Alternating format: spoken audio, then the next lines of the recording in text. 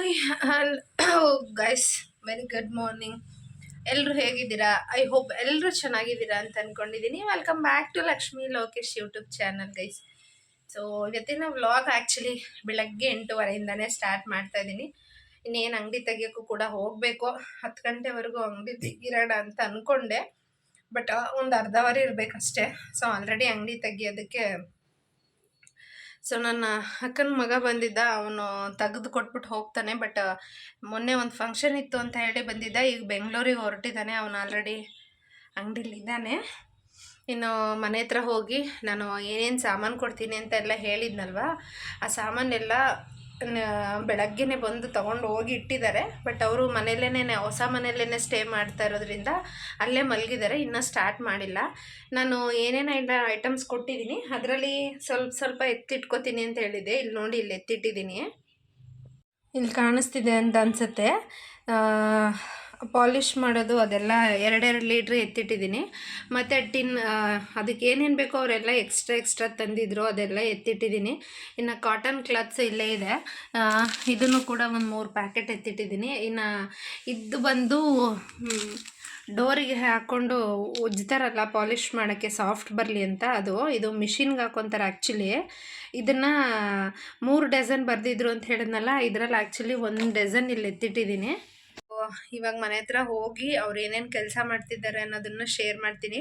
ಹಾಗೆ ಯಾವ್ಯಾವ ಐಟಮ್ಸ್ ಕೂಡ ತೊಗೊಳ್ತಾರೆ, ಏನೇನಕ್ಕೆ ಅನ್ನೋದು ಕೆಲವೊಂದು ನಮಗೆ ಗೊತ್ತಿರಲ್ಲ, ಇನ್ನು ಅವ್ರಿಗೆ ಗೊತ್ತಿರುತ್ತೆ. ಏನೇನಕ್ಕೆ ಅನ್ನೋದು ಗೊತ್ತಾಗುತ್ತೆ. ಇನ್ ಕೇಸ್ ಅದೂ ಏನಾದ್ರೂ ಅಲ್ಲಿ ಮಿಸ್ ಆಗ್ತಿದೆ ಅಂತಂದರೆ ಅದರಲ್ಲೂ ಕೂಡ ವಾಪಸ್ ತೊಗೊಂಡು ಬರ್ತೀನಿ. ಅಲ್ಲಿ ತೊಗೊಂಡೋಗಿ ಇಟ್ಕೊಂಡಿದ್ದಾರೆ. ಸ್ಟಾರ್ಟ್ ಮಾಡೋದನ್ನು ಯಾವ್ಯಾವ ರೀತಿ ಸ್ಟಾರ್ಟ್ ಮಾಡ್ತಾರೆ ಅನ್ನೋದನ್ನು ಬಂದು ನಿಮ್ಮ ಜೊತೆ ಶೇರ್ ಮಾಡ್ಕೊತೀನಿ. ಸೊ ಇನ್ನು ರಿತಿಕ್ಷಾ ಆ್ಯಸ್ ಯೂಶಲ್ಲು ಕ್ಲಾಸಿಗೆ ಹೋಗಿದ್ದಾಳೆ. ತಿಂಡಿ ಎಲ್ಲ ನಮ್ಮದು ಕೂಡ ಆಗಿದೆ. ಬನ್ನಿ ಹೋಗೋಣ, ಮನೆ ಹತ್ರ ಹೋಗಿ ಏನೇನು ಮಾಡ್ತಾರೆ ಅನ್ನೋದನ್ನು ಶೇರ್ ಮಾಡ್ತೀನಿ. ಇದು ತುಂಬ ಜನಕ್ಕೆ ಯೂಸ್ಫುಲ್ ಆಗಬಹುದು ಅಂತ. ನನಗೆ ಆ್ಯಕ್ಚುಲಿ ಒಬ್ಬೊಬ್ಬರು ಹೇಳ್ತಾ ಇರ್ತಾರೆ, ಅಕ್ಕ ನೀವು ಕೊಡೋ ಇನ್ಫಾರ್ಮೇಷನ್ ತುಂಬ ಚೆನ್ನಾಗಿದೆ ಅಂತ. 100 ಜನಕ್ಕೆ ರೀಚ್ ಆಗಲಿಲ್ಲ ಅಂದರೂ ಅಟ್ಲೀಸ್ಟ್ ಒಬ್ರಿಗೆ ರೀಚ್ ಆಗುತ್ತಲ್ಲ, ಅದೇ ಖುಷಿ. ಸೊ ಬನ್ನಿ ಗೈಸ್. ಇನ್ನು ನಾನು ಆ್ಯಕ್ಚುಲಿ ಮನೆ ಹತ್ರ ಹೋಗೋ ಅಷ್ಟರಲ್ಲಿ ಕೆಲಸ ಕೂಡ ಸ್ಟಾರ್ಟ್ ಮಾಡ್ಕೊಂಡಿದ್ರು. ಯಾಕೆಂದರೆ ಅವರು ಹೊರಗಡೆಯಿಂದ ಬಂದಿರೋದಾಗಿದ್ದರೆ ಲೇಟ್ ಆಗಿರೋದು. ನಮ್ಮನೆ ಬಿಲ್ಡಿಂಗಲ್ಲೇ ಇದ್ದಾರಲ್ಲ, ಸೊ ಹಾಗಾಗಿ ಬೇಗ ಎದ್ದು ಅವ್ರು ಮಾಡ್ಕೊತಾ ಇದ್ದಾರೆ. ಇನ್ನು ನಾನು ಹೇಳಿದೆ 3 ಡಜನ್ ತರಿಸಿದ್ದಾರೆ ಪಾಲಿಷ್ ಮಾಡ್ಸೋಕ್ಕೆ ಅಂತ ಹೇಳಿದ್ನಲ್ಲ, ಮನೇಲೂ ಕೂಡ ಈಗಾಗಲೇ ತೋರಿಸಿದ್ದೀನಿ. ಇದೇ ಮಿಷಿನ್ಗೆ ಅದು ಹಾಕ್ಕೊಳೋದು ನೋಡಿ, ಉಜ್ಜೋದಕ್ಕೋಸ್ಕರ ಅದನ್ನು ಯೂಸ್ ಮಾಡ್ತಾರೆ. ಇನ್ನು ಡೋರೆಲ್ಲ ಫುಲ್ಲು ಸಾಫ್ಟ್ ಕೂಡ ಮಾಡಿದ್ದಾರೆ. ಕೆಳಗಡೆದು ಮೇಲ್ಗಡೆದು ನಿಮಗೆ ಡಿಫ್ರೆನ್ಸ್ ಗೊತ್ತಾಗುತ್ತೆ ನೋಡಿ. ಆ ಡಿಸೈನಿಂದ ಮೇಲೆ ಸ್ವಲ್ಪ ಅದು ಅಲ್ಲಿ ಸೀಳ್ಬಿಟ್ಟಿತ್ತು ಅಂಥೇಳಿ ಗಮ್ ಹಾಕಿದ್ದಾರೆ, ಹಾಗಾಗಿ ಅಲ್ಲಿನ್ನ ಪಾಲಿಷ್ ಮಾಡಿಲ್ಲ. ಸ್ವಲ್ಪ ನೀರು ಹಾಕಿ ತ್ಯಾವ ಮಾಡಿ ಇಟ್ಟಿದ್ದಾರೆ. ಇನ್ನು ಕೆಳಗಡೆ ಡೋರ್ ಫುಲ್ಲು ಸಾಫ್ಟಾಗಿ ನೈಸ್ ಮಾಡಿದ್ದಾರೆ ನೀಟಾಗಿ. ಇಲ್ಲ ಅಂದರೆ ಇದ್ದಾಗ ಏನು ಡಿಫ್ರೆನ್ಸು ಅಂತಂದರೆ, ನಾವಿದ್ದರೆ ಇಂಚಿಂಚು ಕೂಡ ನೀಟಾಗಿ ಮಾಡ್ತಾರೆ. ನಾವಿಲ್ಲ ಅಂದರೆ ಆ ಸಂಧಿ ಎಲ್ಲ ಕೈಯಲ್ಲಿ ಹಿಂಗೆ ಒಂದೇ ಸಲ ನಾವು ಹೆಂಗೆ ಪೇಂಟ್ ಮಾಡ್ತೀವಲ್ವ, ಅದೇ ಥರ ಸುಮ್ಮನೆ ಹಿಂಗೆ ಅಂದ್ಕೊಂಬರ್ತಾರೆ. ನಾವಿದ್ದರೆ ಅದು ನೀಟಾಗಿ ಉಜ್ಜಿಸ್ತಾರೆ. ನಾವಿರೋ ಅಷ್ಟು ಅವರು ಕೂಡ ಫುಲ್ಲು ನೀಟಾಗಿ ಕ್ಲಿಯರಾಗಿ ಮಾಡ್ತಾರೆ. ಸೊ ಆವಾಗ ಚೆನ್ನಾಗಿ ಬರುತ್ತೆ.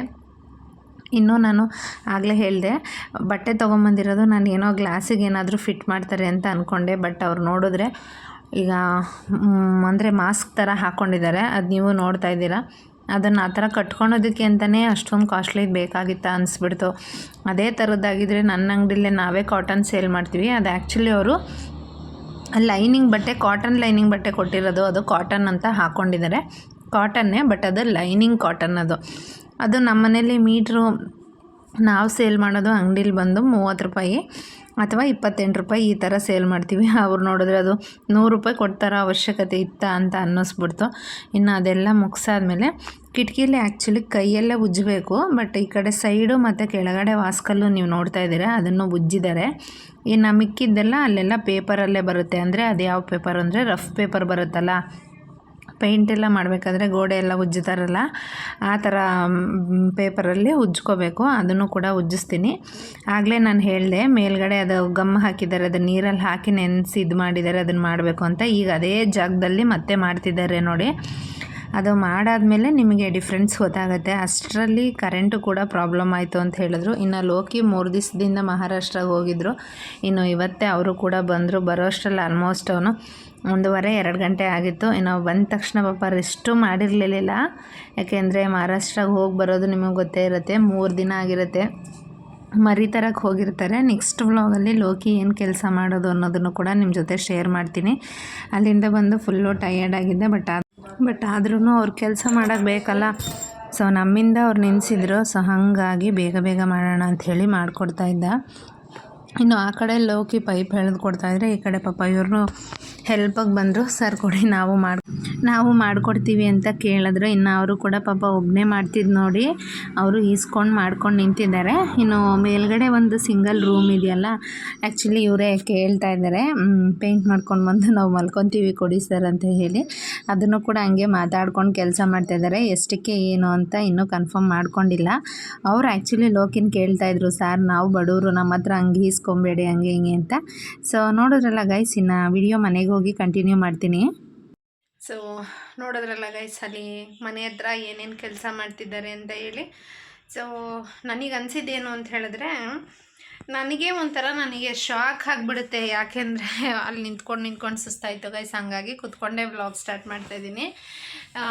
ಯಾಕೆ ಶಾಕ್ ಆಯಿತು ಅಂತ ಅನಿಸುತ್ತೆ ಅಂತ ಹೇಳಿದ್ರೆ, ನಾನು ನಿಮಗೆ ಹಿಂದೆನೇ ಹೇಳಿದ್ದೆ ಯಾವ್ಯಾವ ಐಟಮ್ಸ್ ಏನೇನಕ್ಕೆ ಯೂಸ್ ಆಗುತ್ತೆ, ಎಷ್ಟು ಯೂಸ್ ಆಗುತ್ತೆ ಅದನ್ನು ನೋಡೋಣ ಅಂತ. ಅಲ್ಲಿ ಹೋಗಿ ನೋಡಿದ್ರೆ ನಾನು ಇದನ್ನೇನು ಅಂದ್ಕೊಂಡೆ, ನಾನು ಹಿಂದೆನೂ ಶೇರ್ ಮಾಡಿದ್ದೀನಿ. ಅದು ಕಾಟನ್ ಕ್ಲಾತ್ಸ್ ಇರುತ್ತಲ್ಲ, ಅದೇನಾದರೂ ಕಿಟಕಿ ಗ್ಲಾಸಸ್ ಇರುತ್ತೆ ಅಂತಂದರೆ ಅದಕ್ಕೆ ಹಾಕೋತಾರೇನೋ, ಪೈಂಟ್ ಬೀಳುತ್ತೆ ಅಂತ ನಾನು ಅಂದ್ಕೊಂಡಿದ್ದೀನಿ. ಆದರೆ ಅಲ್ಲೋಗಿ ನೋಡಿದ್ರೆ ಫುಲ್ಲು ಆಪೋಸಿಟ್ಟು. ಅದು ಆ್ಯಕ್ಚುಲಿ 5 ಪ್ಯಾಕೆಟ್ ತಂದಿದ್ದು, ನಾನು ಇಲ್ಲಿ 2 ಇಟ್ಕೊಂಡೆ, ಅಲ್ಲಿ 3 ಇಟ್ಟಿದ್ದೀನಿ. ಇವಾಗ ಹೋಗಿ ವಾಪಸ್ ತೊಗೊಂಬರಕ್ಕೆ ಹೇಳಿದ್ದೀನಿ. ಬಟ್ ಅವ್ರು ಮುಂದೆ ತೊಗೊಂಬರೋದಕ್ಕಾಗಲ್ಲ ಅಲ್ವಾ, ಏನಾದರೂ ಅಂದ್ಕೊಳ್ತಾರೆ ಅಂತ ಅದನ್ನು ಮೂತಿಗೆ ಕಟ್ಕೊಳಕ್ಕೆ ತರಿಸಿದ್ದಾರೆ ಗಾಯ್ಸ್. ಏನು ಜನನಪ್ಪ ಅನಿಸ್ಬಿಡ್ತು ನನಗನ್ನಿಸ್ತು, ನಮ್ಮ ಅಂಗಡಿಲೇ ಲೈನಿಂಗ್ ಬಟ್ಟೆನೇ ಅದು. ಈಗ ನಾನು ಅಂಗಡಿ ಇಟ್ಟಿದ್ದೀನಲ್ವ, ಅಲ್ಲೇ ಲೈನಿಂಗ್ ಬಟ್ಟೆ ಸಿಗುತ್ತೆ. ಒಂದು ಲೈನಿಂಗು ನಮಗೆ 25 ರೂಪಾಯಿ.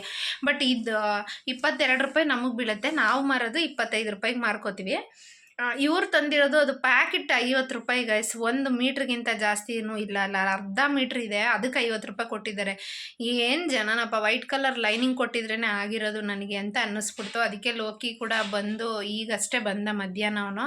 ಅವನು ಬಂದ ತಕ್ಷಣ ನಾನು ಹೇಳಿದೆ, ನೋಡ್ದೆ ಲೋಕಿ ಯಾವ ಥರ ಇದೆ, ಅದು ಮೂತಿಗೆ ಕಟ್ಕೊಳಕ್ಕೆ ಅಷ್ಟೊಂದು ಕಾಸ್ಟ್ಲಿದು ಬೇಕಿತ್ತಾ, ನನ್ನ ಅಂಗಡಿಲೇ ಲೈನಿಂಗ್ ಬಟ್ಟೆ ಕೊಡೋಣ ಬೇಡ ಅಂತ ಹೇಳಿ ಅವ್ರು ಒಂದು ಓಪನ್ ಮಾಡಿ ಹಾಕ್ಕೊಂಡಿರೋದನ್ನು ನಾನು ಶೇರ್ ಮಾಡಿದ್ದೀನಿ, ನೀವು ನೋಡಿರ್ತೀರಾ ಅಂತ ಅನಿಸುತ್ತೆ. ಅದಕ್ಕೆ ಅವರು ಇವತ್ತಿನ ನೈಟ್ ಮಲ್ಕೊಳಕ್ಕೆ ಹೋಗ್ತಾರಲ್ಲ, ನಮ್ಮ ಮನೇಲೇ ಮೇಲ್ಗಡೆ ರೂಮಲ್ಲಿ ಮಲಗ್ತಾ ಇದ್ದಾರೆ ಅವರು. ಸಂಜೆ ವಾಪಸ್ ತಂದಿಡ್ತೀನಿ ಅದನ್ನು ಕೂಡ. ಅದ್ರ ಬದಲು ಬಟ್ಟೆ ತೊಗೊಂಡು ಹೋಗ್ಬೋದಾಗಿತ್ತು ಅಂತ ಅನ್ನಿಸ್ತು. ಆಮೇಲೆ ಚಿಕ್ಕ ಬ್ರಷ್ ಬಂದು 200 ರೂಪಾಯಿ ಒಂದು, ಅದು 200 ರೂಪಾಯಿ ಒಂದಂಗೆ 2 ಚಿಕ್ಕ ಬ್ರಷ್ ತೊಗೊಂಡಿದ್ದಾರೆ 400 ರೂಪಾಯಿ. ಇನ್ನೊಂದು ಸ್ವಲ್ಪ ಅಗಲ ಇರೋದು ಬ್ರಷ್ ಬಂದು 250 ರೂಪಾಯಿ. ಅದೆರಡು, ಅದಕ್ಕೆ 250 ಅಂದರೆ ಅದಕ್ಕೆ 500 ರೂಪಾಯಿ. ಒಟ್ಟು 1000 ರೂಪಾಯಿ ಬ್ರಷ್, 900 ರೂಪಾಯಿ ಬ್ರಷ್ ತೊಗೊಂಡಿದ್ದಾರೆ. ಇದು 400, ಅದು 500 ರೂಪಾಯಿ. ಆ 900 ರೂಪಾಯಿ ಬ್ರಷ್ಷು ಅಲ್ಲೇ ಇದೆ ಗೈಸ್. ನನಗೆ ಹೊಸದದಿನ್ನ ಆ್ಯಕ್ಚುಲಿ ಪೇಂಟ್ ಮಾಡಬೇಕಾದ್ರೆ ಕಾರ್ನರಲ್ಲಿ ಎಡ್ಜ್ ಟಚ್ ಆಗುತ್ತೆ ಅಂತ ಹೇಳಿ ಅದನ್ನು ತರಿಸ್ಕೊಂಡಿರೋದು. ಅದು ಒಂದು ಸತಿ ಯೂಸ್ ಮಾಡಿದ್ದಾರೆ. ಅದೇನು ಮಾಡ್ತಾರೆ ಅಂದರೆ ಅದನ್ನೇ ಯೂಸ್ ಮಾಡ್ತಾರೆ. ಇದು ಆಗೋಗಿದೆ, ಇದು ಹಳೇದಾಯಿತು, ಎಲ್ಲೆಲ್ಲಿ ಹಾಕಿದಾರೋ ನಮಗೆ ಗೊತ್ತಿಲ್ಲ ಅಂಥೇಳಿ ಇದನ್ನು ವಾಪಸ್ ತೊಗೊಂಡೋಗಿ ಅದೇ ಪೇಂಟ್ ಅಂಗಡಿಗೆ ಸೇಲ್ ಮಾಡ್ತಾರೆ. ಆಮೇಲೆ ಪೇಂಟೂ ಅಷ್ಟೇ, ಇವ್ರಿಗೆ ರೆಗ್ಯುಲರ್ ಕಸ್ಟಮರ್ ಇರ್ತಾರಲ್ವ, ಸೊ ಅವ್ರಿಗೆ ಗೊತ್ತು. ಇವಾಗ ಅವರು 200 ರೂಪೀಸ್ ನಮ್ಮ ಹತ್ರ ಸೇಲ್ ಮಾಡಿರ್ತಾರೆ, ಇವ್ರು ತೊಗೊಂಡೋಗಿ ಮತ್ತೆ ರಿಟರ್ನ್ ಅದನ್ನು ಅಲ್ಲೇ ಕೊಟ್ಟರೆ 150 ರೂಪೀಸಿಗೆ ಕೊಡ್ತಾರೆ. ಇವ್ರಿಗೆ 150 ರೂಪಾಯಿ ಸುಮ್ಮನೆ ಬಂದಂಗೂ ಆಯಿತು, ಅವ್ರಿಗೆಲ್ಲ 50 ರೂಪಾಯಿ ಮತ್ತೆ ಲಾಭ ಸಿಕ್ದಂಗೂ ಆಯಿತು. ಆ ಥರ ಮಾಡ್ಕೋತಾರೆ.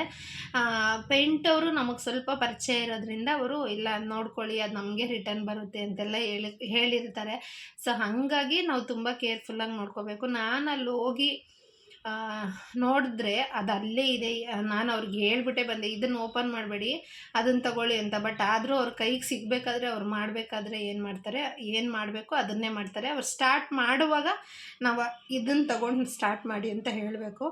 ನೆನ್ನೆ ಎಲ್ಲ ಹುಡುಕ್ಬಿಟ್ಟು ಚಿಕ್ಕ ಬ್ರಷ್, ಅವ್ರಿಗೆ ಯಾವ ಬ್ರಷ್ ನಮ್ಗೆ ಈಗ ಹೊಸದು ತರಿಸಿದ್ರು ಅದೇ ಬ್ರಷ್ ಎತ್ಬಿಟ್ಟು ನೀರೆಲ್ಲ ಹಾಕಿ ಇಟ್ಟು ಬಂದಿದ್ದೀನಿ, ಅದನ್ನು ಓಪನ್ ಮಾಡಬೇಡಿ ಅಂತ. ಅದರಲ್ಲೂ ಇವಾಗ ಒಂದೊಂದು ಬ್ರಷ್ ಎತ್ಕೊಂಬರ್ತೀನಿ. ನಾನು ನಾಳಿನ ವ್ಲಾಗಲ್ಲಿ ಎತ್ಕೊಂಬಂದಿದ್ದನ್ನು ಕೂಡ ಶೇರ್ ಮಾಡ್ತೀನಿ. ಇವತ್ತು ನಾನು ಆ್ಯಕ್ಚುಲಿ ಬ್ರಷ್ ಎತ್ತಿಟ್ಟಿರಲಿಲ್ಲ, ಎರಡೇ ಇದೆ ಅಲ್ವಾ ಅಂತ. ಅಲ್ಲಿ ಹೋಗಿ ನೋಡಿದ್ರೆ ಅಲ್ಲಿ ಆಲ್ರೆಡಿ 2 ಇದೆ. ಬಟ್ ವೇಸ್ಟ್ ಮಾಡ್ತಾರೆ ಅಂತ ಅನ್ನಿಸ್ತು. ಮತ್ತು ವಾಪಸ್ ಬಂದಿದ್ದೀನಿ. ಏನು ಜನನಪ್ಪ, ನಮ್ಮದು ಅಂತ ಮಾಡೋರೇ ತುಂಬ ಅಂದರೆ ತುಂಬಾ ಕಡಿಮೆ, ಎಲ್ಲರೂ ಜಾಸ್ತಿ ಮಾಡ್ತಾರೆ. ಇನ್ನು ಮೀಟ್ರದ್ದು ಅಷ್ಟೇ, ನಾನು ಹೇಳಿದ್ದೆ ಎಷ್ಟು ಡಿಫ್ರೆನ್ಸ್ ಇದೆ ಮೀಟ್ರದ್ದು ಅಂತ. ಅದನ್ನು ಕೂಡ ಏನಾಯಿತು, ಅದು ಕೂಡ ಸ್ವಲ್ಪ ಗಲಾಟೆ ನಡೀತಾನೆ ಇದೆ ಈಗಲೂ. ಅದು ಕ್ಲಿಯರ್ ಆದಮೇಲೆ ಅದು ಏನು ಗಲಾಟೆ ಏನು ಅಂತ ಎಲ್ಲ ಹೇಳ್ತೀನಿ. ನಾನು ಹೇಳ್ತಾ ಇರ್ತೀನಿ, ಪ್ರತಿಯೊಂದರಲ್ಲೂ ನಾವು ಇಂಟ್ರೆಸ್ಟ್ ತೋರಿಸಿ ನಾವು ಮುಂದೆ ನಿಂತ್ಕೊಂಡು ಮಾಡಿದ್ರೇ ₹1 ಆದರೂ ಮಿಕ್ಸೋಕ್ಕೆ ಸಾಧ್ಯ ಆಗುತ್ತೆ. ನೋಡಿ ಇಲ್ಲ ಹೆಂಗೆ ಮಾಡ್ತಾರೆ. ನಮ್ಮ ಐಟಮ್ಸ್ನ ನಮ್ಮ ಹತ್ರನೇ ತರಿಸಿ ತಿರ್ಗಾ ತೊಗೊಂಡೋಗಿ ಅಲ್ಲಿ ಮಾರ್ತಾರಂತೆ. ಯಪ್ಪಾ ಎಂಥ ಜನ ಇದ್ದಾರೆ ಗುರು. ಸೊ ಹುಷಾರಾಗಿ ಹ್ಯಾಂಡ್ಲ್ ಮಾಡಿ ಅಂತ ಅಂದ್ಕೊಳ್ತೀನಿ. ಇವತ್ತಿನ ವ್ಲಾಗ್ ಇಷ್ಟ ಆಗಿದೆ ಅಂತ ಅಂದ್ಕೊಳ್ತೀನಿ. ವಿಡಿಯೋ ಇಷ್ಟ ಆಗಿದ್ರೆ ಲೈಕ್ ಮಾಡಿ, ಶೇರ್ ಮಾಡಿ. ಹಾಗೆ ಪ್ಲೀಸ್ ಇನ್ನೂ ಯಾರ್ಯಾರು ನನ್ನ ಚಾನಲ್ಗೆ ಸಬ್ಸ್ಕ್ರೈಬ್ ಮಾಡಿಲ್ಲ, ಸಬ್ಸ್ಕ್ರೈಬ್ ಮಾಡ್ಕೊಂಡು ಸಪೋರ್ಟ್ ಮಾಡಿ. ಒಂದೊಂದು ಸಲ ಏನು ಅನಿಸ್ಬಿಡುತ್ತೆ ಅಂದರೆ, ಜಾಸ್ತಿ ಬೆಳೆಯೋರನ್ನೇ ಜನ ಬೆಳೆಸ್ತಾರೆ ಅನ್ನೋಷ್ಟು ಬೇಜಾರಾಗ್ಬಿಡುತ್ತೆ. ಎಲ್ರಿಗೂ ಚಾನ್ಸ್ ಸಿಕ್ಕಿದ್ರೆ ಒಳ್ಳೆಯದು ಅಂತ ನನ್ನ ಅಭಿಪ್ರಾಯ. ಸೊ ಇವತ್ತಿನ ವಿಡಿಯೋ ಇಲ್ಲಿಗೆ ಮುಗಿಸ್ತಾ ಇದ್ದೀನಿ. ಇದೇ ರೀತಿ ಸಪೋರ್ಟ್ ಮಾಡ್ತಾಯಿರಿ. Bye, take care, love you all guys.